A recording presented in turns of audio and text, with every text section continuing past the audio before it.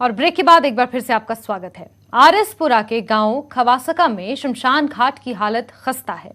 ग्रामीण विकास विभाग के खिलाफ रोष जताया जा रहा है। ग्रामीणों के मुताबिक बारिश के दिनों में मार्ग की हालत इतनी खस्ता हो जाती है कि लोग यात्रा तक नहीं पहुंच पाते। गांव के लोगों ने कहा है कि एक तरफ तो सरकार बड़े बड़े दावे करती है कि ग्रामीण क्षेत्रों के विकास की तरफ ध्यान दिया जा रहा है, लेकिन इस सड़क और शमशान घाट की हालत देखकर ऐसा लगता है कि ये दावे पूरी तरह से खोखले हैं। मैं बसंत कुमार पिंड खवासका रहने वाला और अज आह इत्थे अपने शमशान घाट च खड़ोते दे ते मैं मीडिया के थ्रू ये गल पहुँचाना चाहना अपनी सरकार के अगे, अपने लैफ्टिनेंट गवर्नर साहब अगे कि साढ़े जिहड़ा पंचायत अपना शमशान घाट है ये हालत बहुत खस्ता है।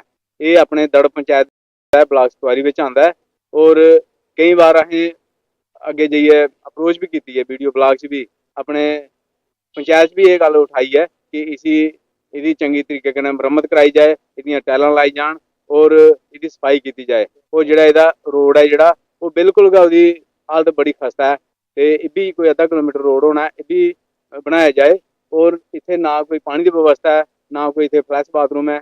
जिसले कोई भी साड़ी मातमदारी होंदी है है उनेंगी इन्नी तकलीफ नहीं हो स्नान करने वास्ते। तो मैं ये कहना चाहना, एक बार दोबारा मैं गवर्नर साहब अगे अपील करना चाहना कि पंचायतें की फंड मुहैया कराओ, क्योंकि यहाँ पंचायतें सरपंच को जन्ने वो आखते कि फंड थोड़ा आता है, वो गलियां नालियां पूरा नहीं होंदा। ते इस करिए कि पंचायतें फंड दिता जाए और ये जिहड़ा साड़ा शमशान घाट है जिहड़ा इहदी ठीक तरीके कन्नै